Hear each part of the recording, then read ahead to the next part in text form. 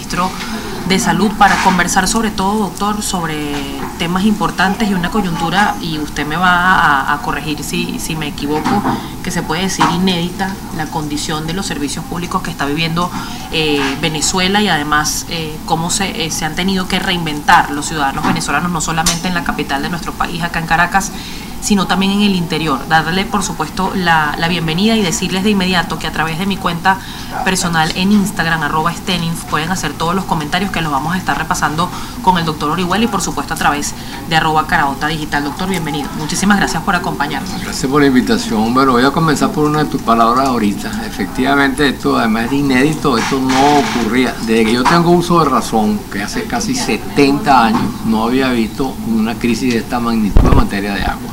Y estamos hablando de que han transcurrido años donde han hecho represas nuevas, donde hay una cantidad de metodología, de tecnología que debería que es al revés, pues habernos mejorado. Aquí, cuando tú revises el estado actual de este problema de los servicios en el país, nos fuimos hacia atrás. Yo te diría que más o menos esos mismos años que estamos viendo que no ocurre mejoría. 70 años para atrás es decir bastante en materia de servicios. Eso es energía eléctrica, eso es luz, eso es agua, eso es basura. Bueno, estamos realmente en una coyuntura sumamente complicada y muy difícil. Doctor, hay casos críticos como en el estado Zulia, por ejemplo. Ayer leía un hilo de una habitante de Maracaibo específicamente, que ella comentaba que no era solamente el tema de la luz, que ya genera consecuencias en los alimentos que se descomponen por la gran cantidad de horas sin servicio eléctrico, pero también ella hablaba del agua y de la basura, y quiero ir por partes porque hay muchas inquietudes sobre todo en este tema. Las consecuencias para la salud de la gente que está buscando en este momento agua en lugares inimaginables e insólitos, y en el caso puntual de Caracas, en el río Guaire y en manantiales del Ávila. ¿Qué tan grave puede ser para la salud las consecuencias posteriores al consumo o al uso de esa agua? Vamos a comenzar por decirte que esa agua, aunque sea blanquita, cristalina, bonitica, esa agua no es potable. Esa agua está contaminada. Está muy contaminada, medio contaminada, poco, pero es un agua contaminada que te puede enfermar. ¿Qué pasa? Cuando tú tienes el consumo de este tipo de sustancias, sobre todo lo del Guaire, que es una cosa terrible, bueno, allí lo que hay, para ponerlo en un término muy práctico de comprensión, es pupú diluido en mucha cantidad de agua. O sea, tú no vas a ver directamente un excremento, pero eso está lleno de bacterias que son las que componen estos elementos en el agua. Son muchas las enfermedades que pueden contraerse cuando tú tienes contacto directo con un agua de este tipo no segura, pero hay varias que son muy importantes. La primera es el cólera, que afortunadamente eso no lo tenemos en Venezuela ahora no llega porque eso es muy grave, eso es muy explosivo, pero es una enfermedad típica de lo que se llama de contaminación hídrica, es contaminación del agua que tú te estás tomando con pupú en última instancia. Bueno, luego tienes las bacterias comunes y corrientes que circulan por todas partes, que andan con esa agua rodando, que son las salmonelas. Estas las pongo de primera porque son importantes. Hay una enfermedad asociada con salmonela que se llama la fiebre tifoidea, que es epidémica, que es de rápido contagio, que muchas veces es mortal y que casi siempre acompaña estas situaciones cuando tú comienzas a tomar agua, digamos, no aceptable para el consumo humano. Luego tienes algunos virus. Tenemos ya en Venezuela 2 o 3 años con una epidemia que va todavía en alza, todavía creciendo, de hepatitis A, virus A. Eso se llama hepatitis infecciosa, porque en el fondo es lo mismo. En los niños pequeños que se enferman con el hepatitis A, el virus al final va cayendo al agua de desecho, y vuelve al humano que se la está tomando. Entonces hace un contagio que va a producir muchísimos enfermos en gente que no está vacunada, tanto niños como adultos jóvenes y adultos, digamos, de mediana edad. Luego tienes otro poco también junto con ella, que son las enfermedades que tienen que ver con lo que llaman intoxicación alimenticia, que es que los alimentos que tú te vas a comer, sobre todo en sitios cerrados, en albergues, en preescolares, en cárceles, en colegios medios, allí en ese grupo de personas el alimento se contamina por la mano del portador de una bacteria que es el estafilococo. Eso es una toxina que produce diarreas explosivas, y tú lo ves a diario. Eso ha aumentado muchísimo también en Venezuela. ¿Por qué? Porque tienes una comedera en la calle, comes apurado lo que puedes, lo que consigues, que si un perro caliente, que si una ensaladita, bueno, eso todo está potencialmente contaminado. Y que además por la escasez de agua, también el tema del lavado de los alimentos. Lavas mal, lavas incompleto. Entonces yo creo que este es un círculo vicioso que se ha transformado en un problema de salud pública muy grande, que aún no nos ha estallado en la cara. Estamos, digamos, en las primeras de cambio, pero eso vamos a ver en una cuestión de 2 o 3 semanas, epidemias de este tipo. Otro se llama leptospirosis, que es una enfermedad bacteriana que provoca cuadros muy severos que puede matar también, que se asocia con orina de ratas. Si tú tienes una cantidad enorme de rata en todas estas tuberías de aguas negras, que de pronto, porque eso hasta eso está seco, se movilizan estas ratas, van un poco a la superficie, van a hacer pipí entre esas cosas y contaminan el agua que tú te vas a capturar para tu casa, que tú la ves limpia, pero que está contaminada.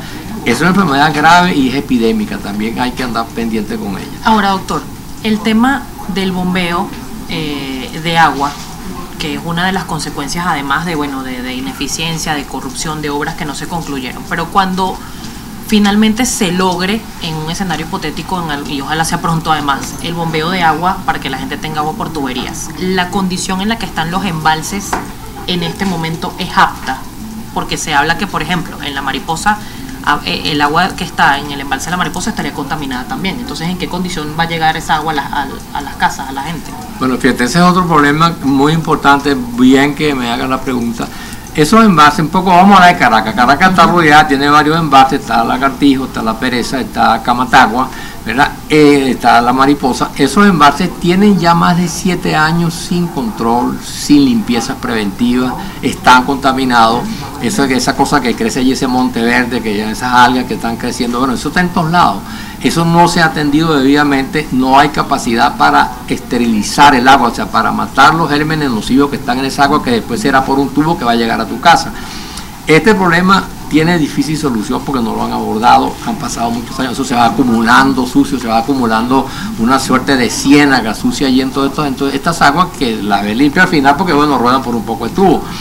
Llegaron a la estación necesita hacer ¿qué? Y llegó el agua bruta allí. Si tú no tienes unos motores que prendan, que hagan energía para empujar esa agua para las tuberías, también estamos fregados, que eso también está ocurriendo. Eso tiene una incapacidad para bombear el agua.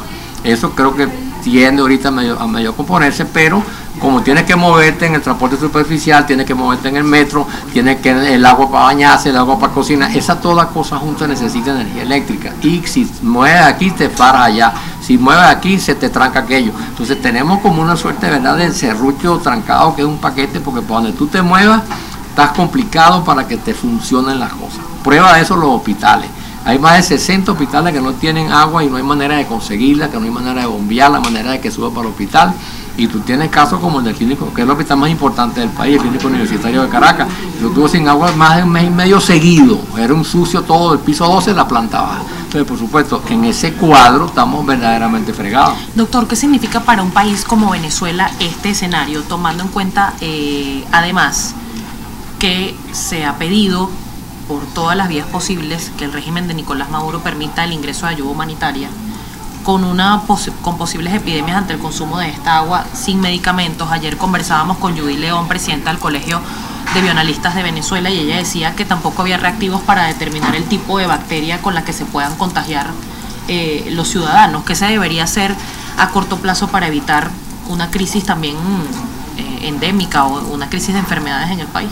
Fíjate, eso refleja dos cosas en el lado del Ejecutivo venezolano. Primero, una gran ignorancia, y segundo, una gran irresponsabilidad con el país. Por si tú me dieras a mí, hay que traerse un medicamento de la NASA, de Marte, ok, eso no es fácil, pero los antibióticos de uso común para tratar estos cuadros de diarrea son sencillos, son baratos, no tienen patente, o sea que realmente no traerlo es casi una sinvergüenzura. Y por supuesto, negarse a aceptar que otros los envíen o aceptar esa ayuda es una irresponsabilidad también, porque se han ofrecido muchísimas veces. Si tú haces un plan más o menos coherente, organizas cómo recibir aquella ayuda, yo lo he dicho muchísimas veces, el punto, digamos, más sencillo de llegada para tú copiar esos medicamentos y luego distribuirlos a través de estudiantes de medicina, como tú quieras hacerlo, pero hacerlo, son las casas parroquiales, esos son más de 10.000 en toda Venezuela. Entonces tú sustituyes transitoriamente, mientras sales de todo este desastre, digamos, el camino normal de reparto del medicamento, y le garantiza, hay dos combos, el combo de los niños, y eso tiene que tener antibióticos de uso común, tiene que tener medicamentos mínimos de proteína para comer, digamos, para alimentarse, la leche del niño, 3, 4, 5 cosas. Y a la tercera edad también necesita, para la tensión arterial, necesita un diurético, necesita un poquito de alimentación, de proteína. Bueno, ármame esos combos y ofrécelos a la sociedad. Los más especializados, un enfermo de pronto, un traumatismo, un accidente, una fractura, un caso de diabetes, bueno, te metes de otra forma, tienes hospitales que pudieras usar. Pero mientras no se acepte que la realidad existe, entonces tú la niegas, te haces el loco, te volteas para los lados y el problema sigue y se sigue agravando. Yo creo que sí hay soluciones inmediatas. basta que estos entiendan el problema que están metidos. Doctor, desde hace varios años no hay publicación de boletines epidemiológicos para saber quizás o para hacer planificación en salud o planes de prevención que uno pudiera recordar hace algunos años, que eran los planes de vacunación para enfermedades determinadas. ¿Cómo o cuál es el estatus de algunos virus que usted pueda conocer que estén en Venezuela en este momento y si ve alguna salida para que se apliquen políticas para que no se proliferen? Yo quisiera oír al gobierno decir que va a garantizar las vacunaciones, por ejemplo, porque eso no es tan complicado, eso se está haciendo desde hace muchos años, con éxito. Bueno, no tengo que comparar, bueno, donación, la OPS ha donado, la OMS ha donado, muchos gobiernos han ofrecido, bueno, aceptemos eso. Si tú no vacunas a la población, tú tienes varias enfermedades que corre el riesgo que se te produzcan en un niño. Ahorita tenemos epidemias rodando, tenemos sarampión que nos tienen alerta en escala continental. Tenemos difteria que está rodando, tenemos parotiditis que está rodando, tenemos toferina que está rodando. Malaria ni se diga, que no tiene nada que ver con esto porque no es vacuna, pero es saneamiento ambiental, que tenemos una epidemia gigantesca en todo el sur del país. O sea, los problemas están allí. Hay soluciones propuestas, hay, digamos, protocolos escritos de cómo enfrentar eso que manejan a nivel mundial las instituciones, sobre todo OMS y OPS, la Oficina Sanitaria Panamericana y la Mundial. Bueno, yo creo que existen formas, lo que no hay es pareciera ni la voluntad ni tampoco la sinceridad de reconocer la magnitud del daño hecho a la salud en el país. Pero soluciones tiene que haber siempre. Ahora, con esto lo veo muy difícil.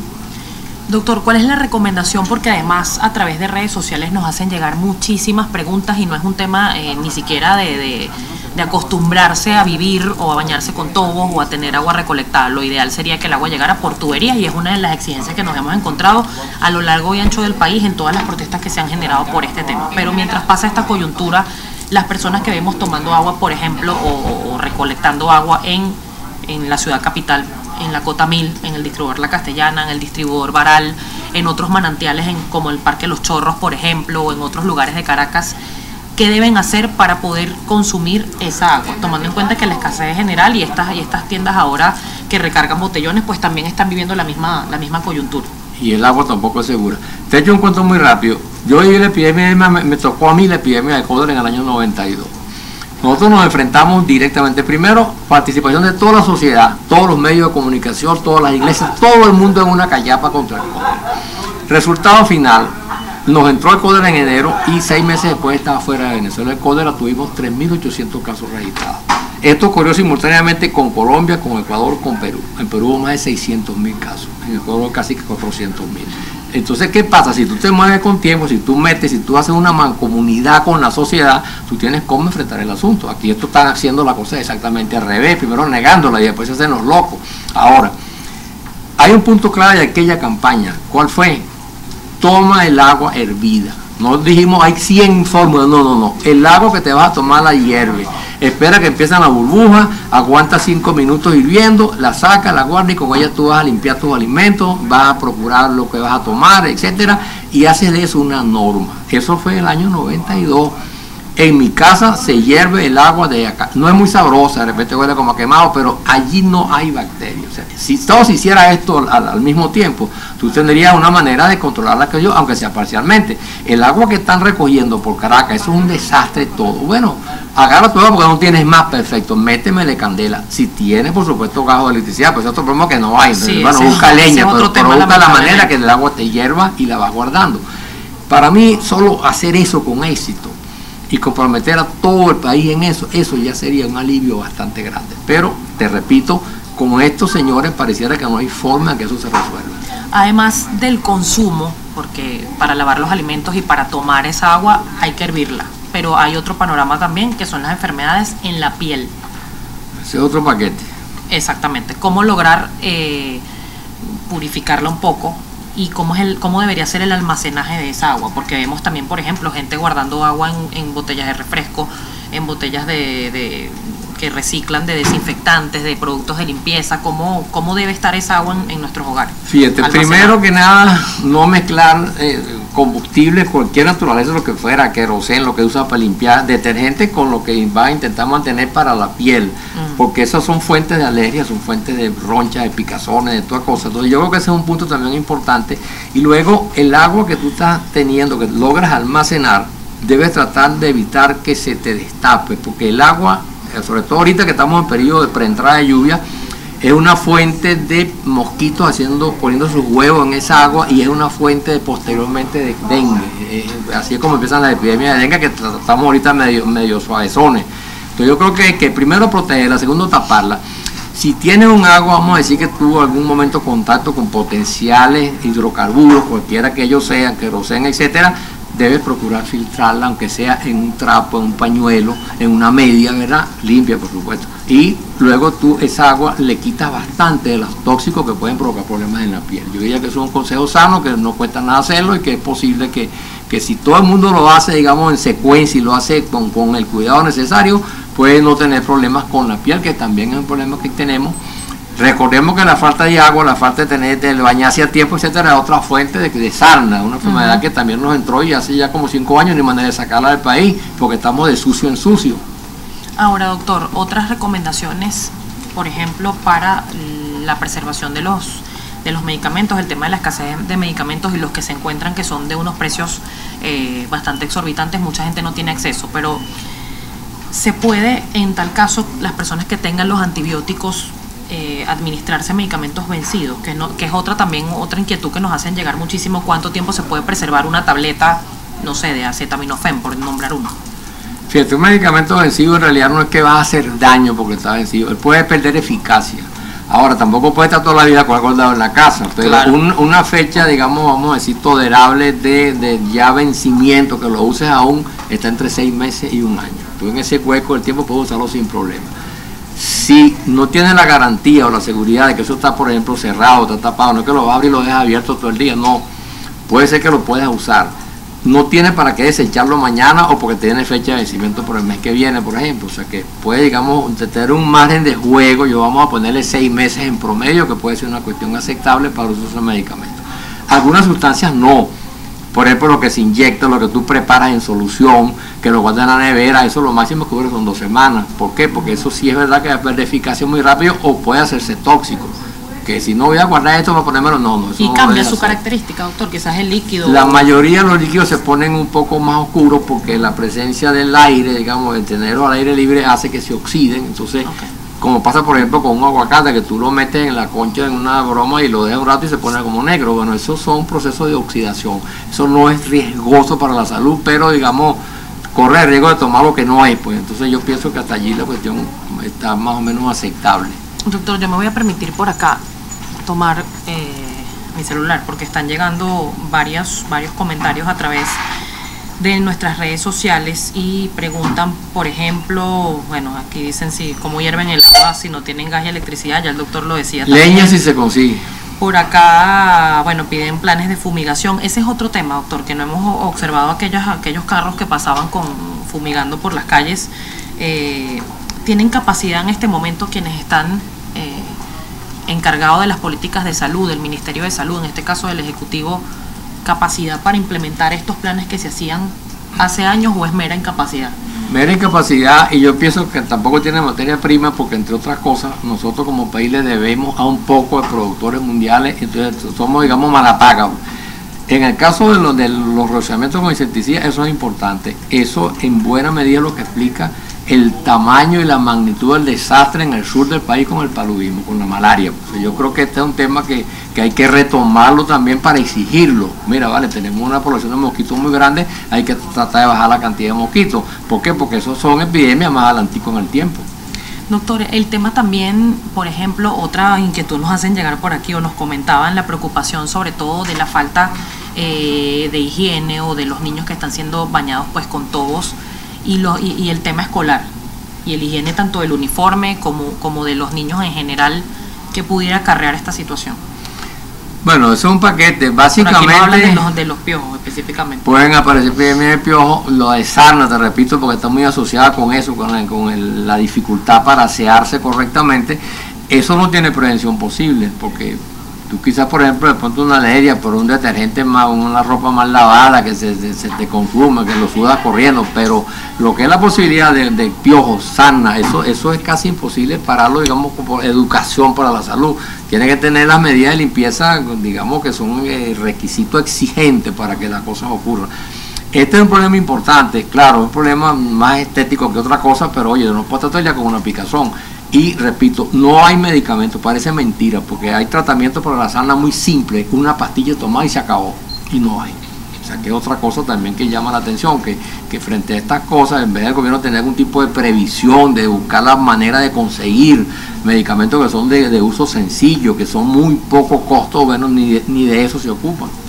Doctor, ya tenemos que finalizar, pero quería consultar su opinión, porque ya se abrió quizás la puerta para el posible ingreso de ayuda humanitaria. Hace algunos días la Cruz Roja Internacional daba una rueda de prensa que se iban a cumplir con ciertos protocolos. La Conferencia Episcopal también manifestó su disposición de, a través de la organización Cáritas, pues entregar estos medicamentos.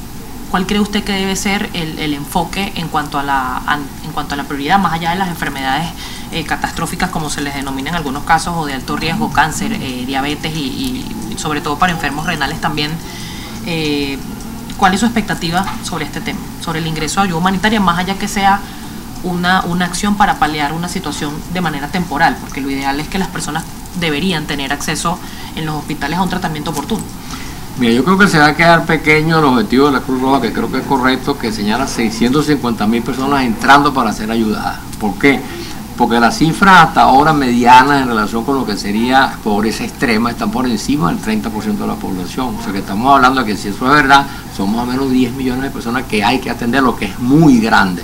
Atacar la coyuntura, perfecto. El discurso, digamos, ético del uso de esos medicamentos que van a entrar, perfecto. No debe politizarse, no debe transformarse en instrumento de los gobiernos para meter embuste, o que se respete todo eso. Pero creo que el tamaño del espacio es pequeño, que hay que hacerlo más globalizado, que hay que comprometer más instituciones, y lo repito, las iglesias en Venezuela, los cultos, independientemente de su condición específica, católico, evangélico, lo que sea, eso todo sumado, a mi juicio, da una infraestructura suficiente, mucha gente voluntaria que lo ayuda con todo gusto, para potenciar la capacidad de ayudar a mucha gente en el menor tiempo posible. Yo lo haría de esa manera.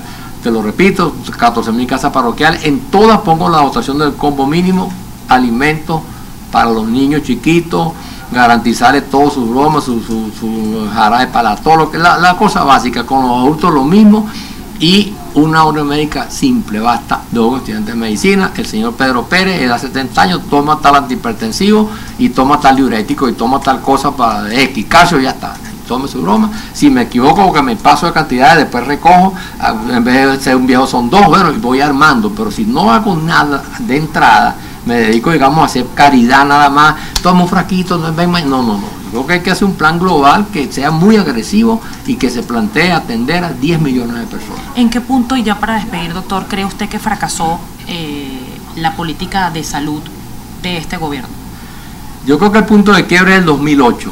Cuando inventaron hacer 18 hospitales gigantescos, un poco de mentira, un poco de falsedades, se propusieron que se hace un centro, se llamaba el Polo Científico de Charallave, puro embuste, pura demagogia, pura falsedad, y cuando eso emergió a la realidad del país en el 2010, ahí no había ni siquiera información médica. Para mí ahí vino el quiebre, del 2008 al 2010, y ya tenemos casi 10 años de sufrimiento extremo en materia de salud. Enderezar eso no va a ser fácil, pero tampoco es imposible. Requiere voluntad, requiere conocimiento, requiere menos ignorantes en eso, requiere menos incapaces, pero yo creo que sí hay posibilidades. Bien, doctor Orihuela, le agradezco muchísimo que nos haya acompañado en este encuentro digital acá en Caraota Digital. Llegaron muchísimos comentarios, sobre todo preocupados y denunciando que algunos sitios siguen sin electricidad. El caso de Zulia, del estado Zulia en general, es bastante crítico. Reportan algunos sectores hasta más de 200 horas sin servicio eléctrico, se les están dañando los alimentos y por supuesto la proliferación de enfermedades, que justamente era el tema que estábamos tratando en este encuentro digital de Caraota Digital con el exministro de Salud, el doctor Rafael Orihuela. Muchísimas gracias y feliz día para todos.